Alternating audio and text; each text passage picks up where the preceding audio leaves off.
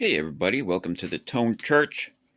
What do we have here? We still have our Gibson 1967 Gibson GA-20 RVT amplifier that we've been working on. And I've been woodshedding and laying down some tracks for a nice demo. Don't worry, that's coming. You're going to hear this sucker. But when you record a guitar amplifier, as anybody who has done so, what you hear in the room and in person can oftentimes be a lot different than what actually ends up through the microphone down onto tape or digital format, whatever you do. I've noticed that a lot of times that amps that sound incredible in person will sound like crap recorded, and conversely, amps that sound like crap in person will actually track very well and sound good recorded. But that's neither here nor there. This sounds pretty good the way it is, in both ways, in person and recorded. But anyway, I think the tone itself is just not quite where I want it. I actually kind of liked it. I know we boosted up the bass on this thing, but you know, when it doesn't have a lot of bass, like a lot of Marshall amplifiers, it leaves room in the, you know, the scope of recording. It slots right into a frequency range, and it leaves room for the bass and the drums underneath and the vocals, keys, whatever above it. But I don't know where I'm going with this, but I guess that's a long-winded way of saying what we're going to do today is we're going to mess around with the tone stack here on the normal channel. We're going to have a little fun, hopefully make this a little more useful, and I'll get into more detail as the video progresses. But anyway, if that sounds good to you, hang tight, here we go. All right, check out this new camera angle we're using. I'm getting an Oscar on this one. All right, we're looking at the guts of the GA-20 here. Just pulled it out of the cab, and while I'm thinking about it, let's discharge any potential death electrons, whatever. All right. So, what we got going on here, we're looking at the controls for the normal channel. This is the volume pot right here. This is the treble pot, and this is the bass pot. Porcelain pots, terracotta pots, fabric pots. And for reference, look on the schematic. And we have treble pot right here. You see that? Got the volume pot here, and we have the bass pot right here. A wooden pot as well. The treble and bass pot use 2 meg audio potentiometers, and the volume uses a 250K. So we're not going to mess with the volume pot, but let me just show you my concern here. I mean, I tried to figure out what they were doing with this tone stack, and it's very untraditional, and it's not very usable. It doesn't do a whole lot. Anyway, so let's go, for instance, the bass. So they're using the sweeper and one end of the pot, but not the other end. The third lug is not being used at all. All right, so if we watch the multimeter, okay, so the pot is on 0, and we're not reading anything. Hold on, let me get a new read. I should plan these things better.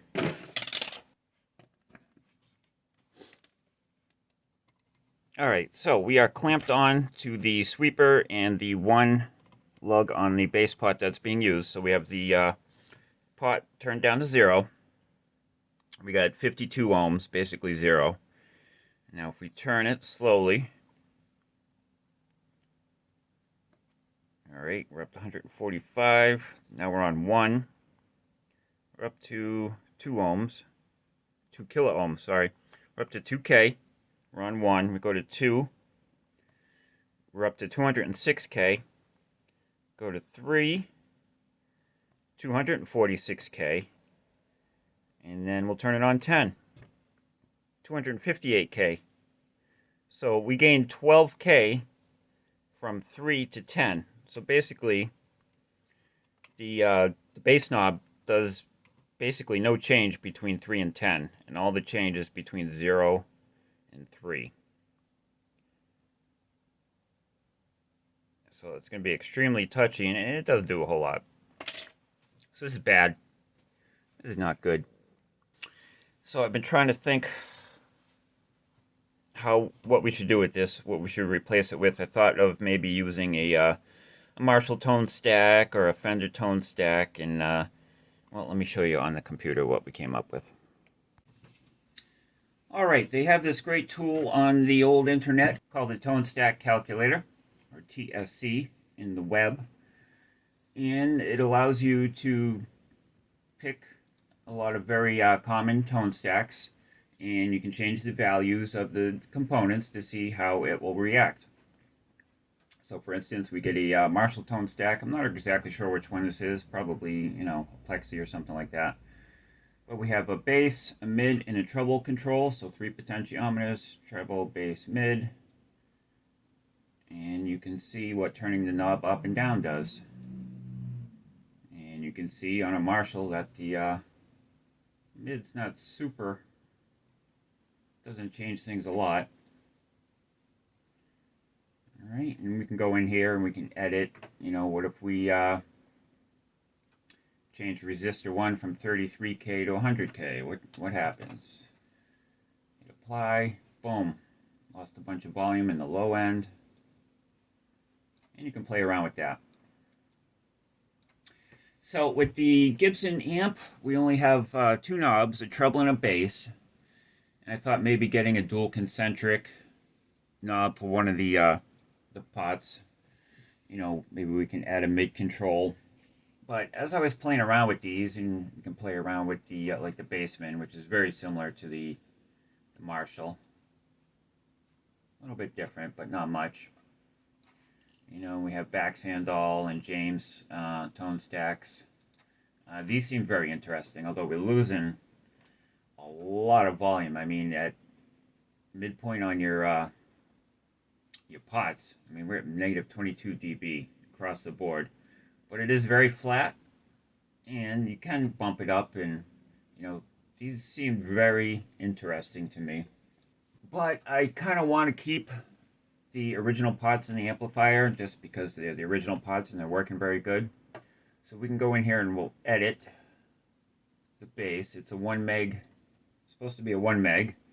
We'll change that to a 2 meg, and the treble by default is a 470K. We'll change that to a 2 meg. Apply that and see what happens. Not a whole lot of change. So that would work. And moving on, we have tone stacks for a Neve, bench. I don't know what bench is. Big Muff, High Watt. High Watt, it seems like a weird one to me. I don't know. Yeah, whatever. High Watt, Crate. I don't know why Crate's in here, but it is. Got the Dumble Jazz and Rock tone stacks. Got a lot of bass cut. But we can bump it up. Etc., etc.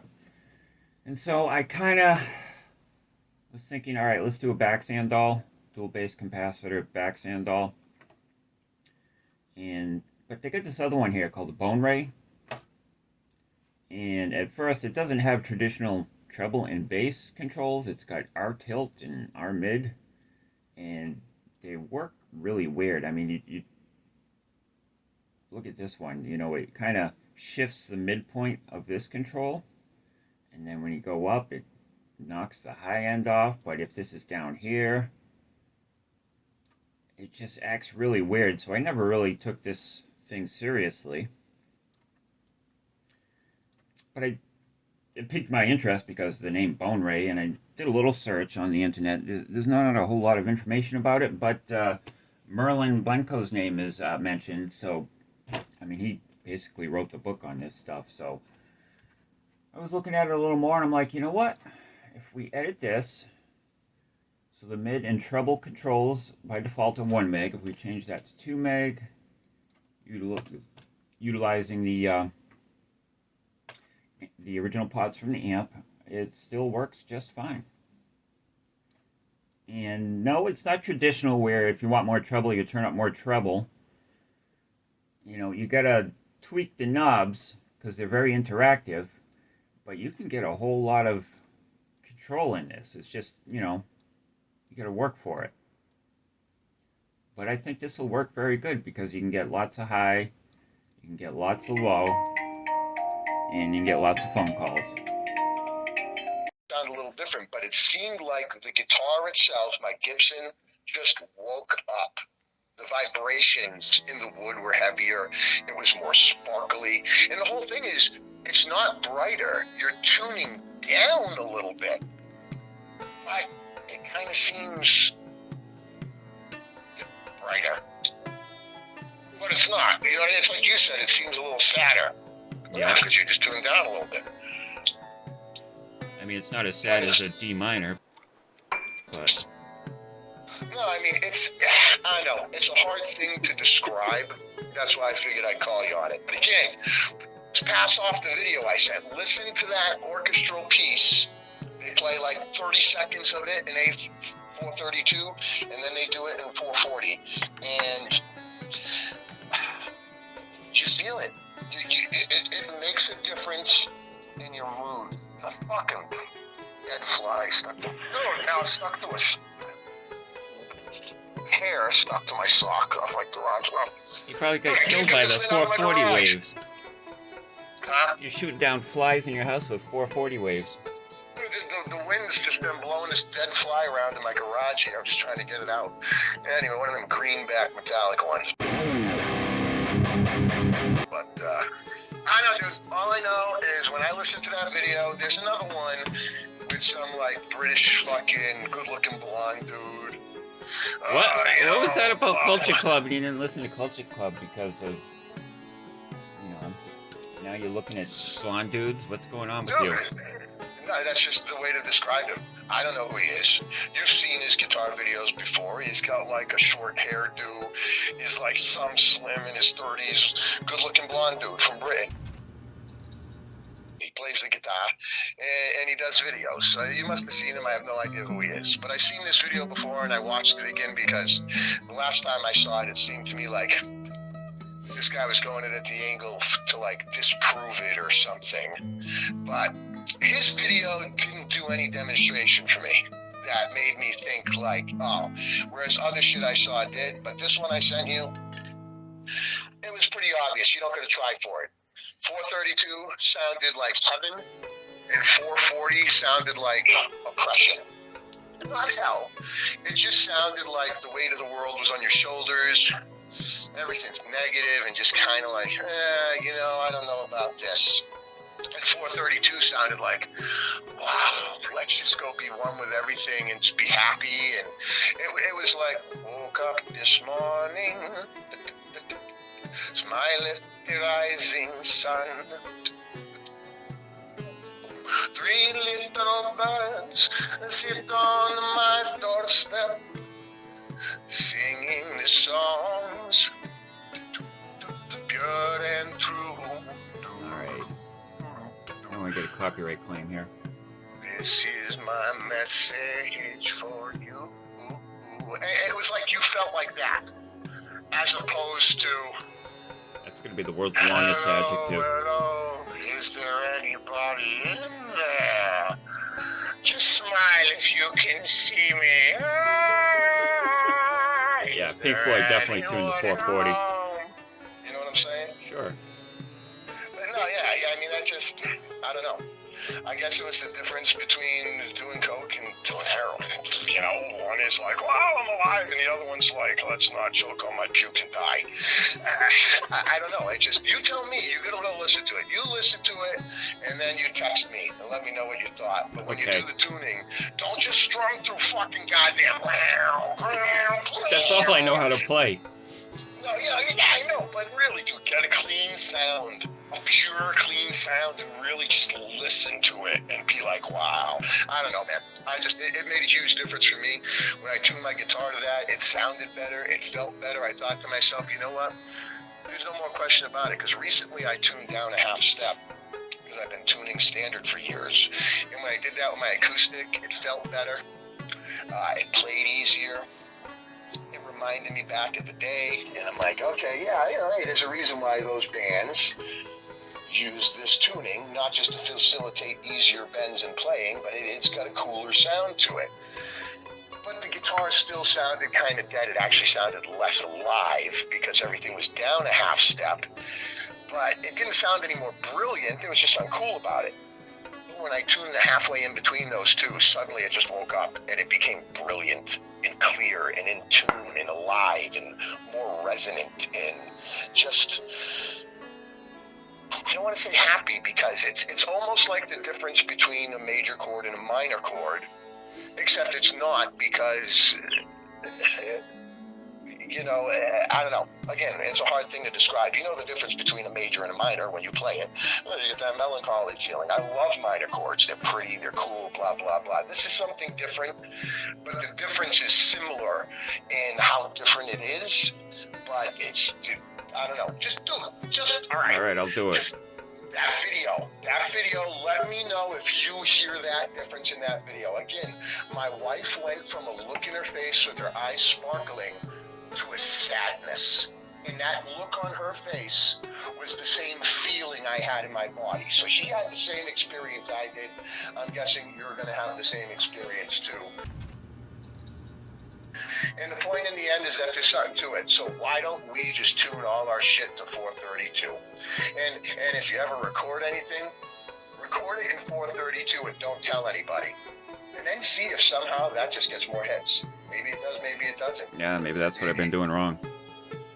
Everybody's their slaves. But anyway, all right, good shit. 432. It's a nice shit. I'm convinced. With that said, all right, I'll let you go, man. You have a good day, man. All right, later.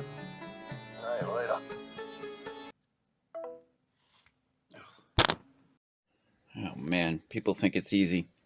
I have no idea where we were. No, we're not going to use a dual concentric and add a mid.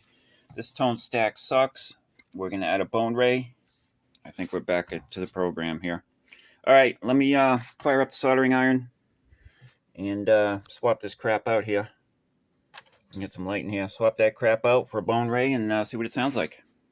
I guess we're going to do it in 432. Okay, here is the schematic for the bone ray tone stack. And hopefully I drew this correctly. I believe this is the layout. If you can follow all that. RL, I just wrote a ground symbol here, but we're going to ground it here on the middle tag, which is connected to chassis ground. Actually, what I'll probably do is not ground through this tag. We'll probably move this over one because we have extra tags. And then we'll run the ground back to the jacks as Gibson originally wired this amplifier, or their original ground scheme for this circuit. So we'll move this guy over one, and hopefully I drew this all correctly. Let's find out. All right, we got it all wired up. Hopefully I did it correctly. But we'll fire up and see how I did. Alrighty, hopefully you can see everything, or at least the knobs here. Got her fired up. Treble and bass, or the whatever they're called now, the R tilt and the other tilt are both at 5, so midway. Volume is at 0. Alright, let's turn the volume up.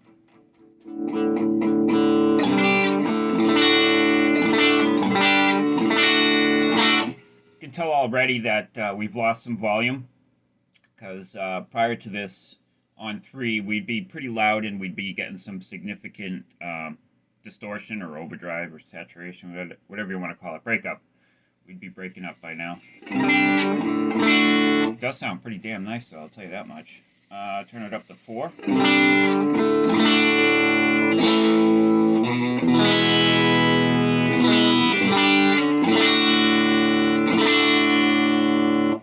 Turn it up to 5. Whoops. Oh boy. Hold on a second. So where are we at? We're at 5. Midway on the volume, treble, and bass.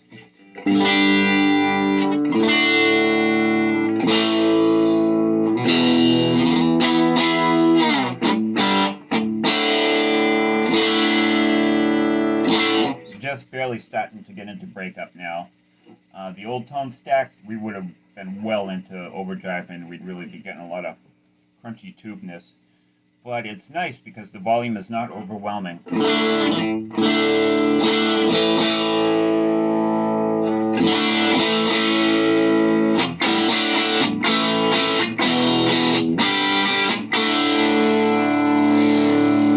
on 8.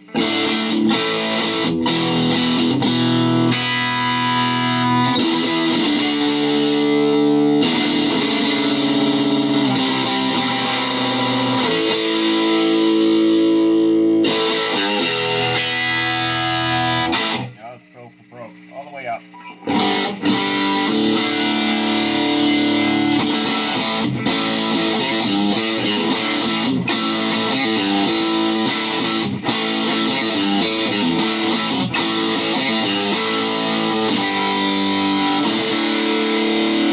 Oh my god, that sounds luscious.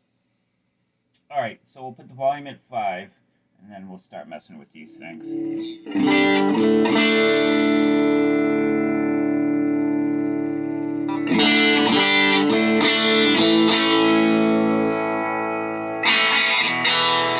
Oh, it sounds like the original circuit.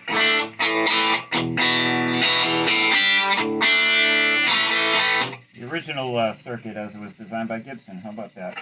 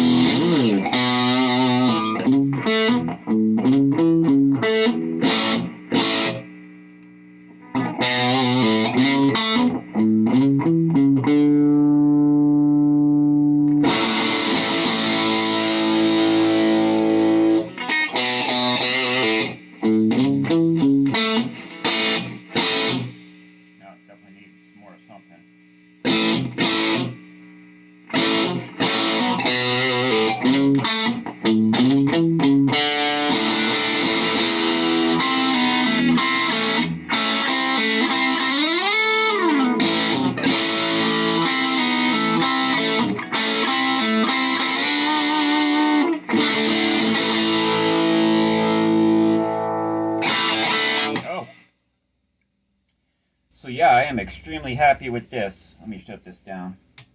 I'm extremely happy with this.